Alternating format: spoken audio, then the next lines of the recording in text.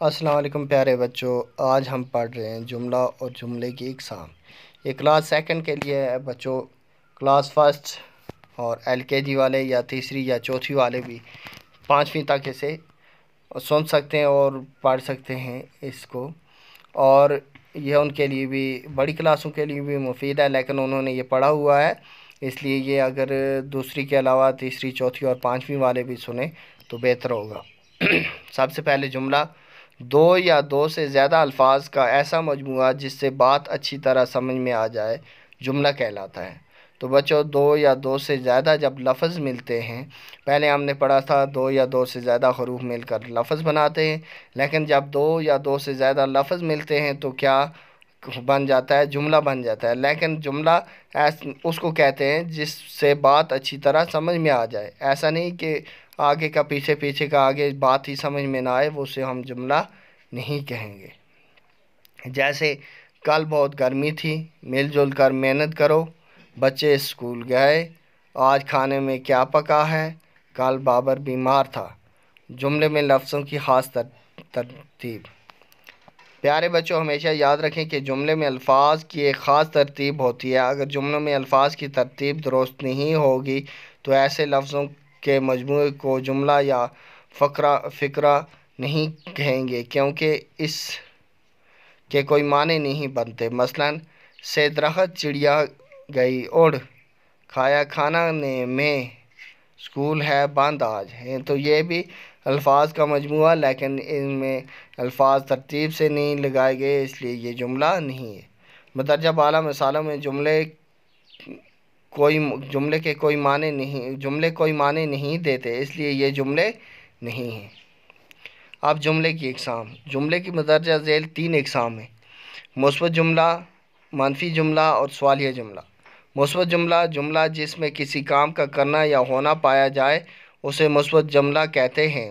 مثلاً احمد خط لکھ رہا ہے، بچے اسکول جا رہے ہیں، ہم کل بازار جائیں گے۔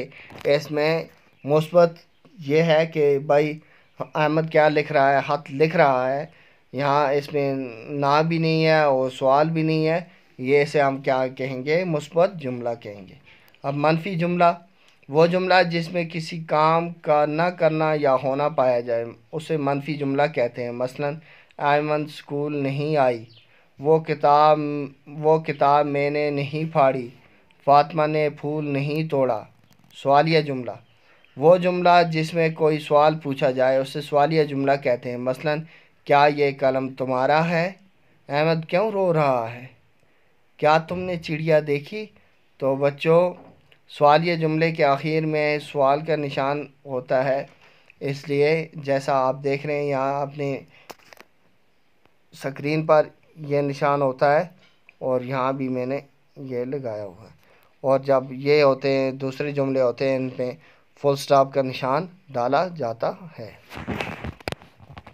تو بچوں، آپ نے دیکھ لیا کہ مثبت جملہ جس میں کسی کام کا کرنا یا ہونا پایا جائے، منفی جملہ جس میں کام کا کرنا یا ہونا نہ پایا جائے، اور سوالیہ جملہ جس میں کسی کام کے بارے میں پوچھا جائے۔ لفظوں کا جملوں میں استعمال کرنا۔ آپ کو معلوم ہے کہ کچھ الفاظ کو ایک خاص ترتیب سے لکھیں تو جملہ بنتا ہے۔ امتحان میں لفظوں کو اپنے جملوں میں استعمال کرنے کے لیے کہا جاتا ہے، چنانچہ آپ ایسے جملے ترتیب دیں کہ وہ الفاظ اس جملے میں آ جائیں اور وہ جملہ معنی بھی دے۔ بچوں کی مشق کے لیے کچھ الفاظ سے بنائے گئے جملے بطور نمونہ حسب ذیل ہیں، جیسے اللہ ایک ہے، محمد اللہ کے آخری رسول ہیں، کتاب یہ میری اردو کی کتاب ہے، سورج مشرق سے نکلتا ہے، میرا اسکول بہت خوبصورت ہے، احترام ہمیں ایک دوسرے کا احترام کرنا چاہیے، ہمارے استاد اچھا پڑھاتے ہیں، ہمارا اسکول صاف ستھرا ہے، قلم یہ قلم علیزے کا ہے، پرچم ہم اپنے پرچم سے محبت کرتے ہیں، درخت چڑیا درخت پر بیٹھی ہے۔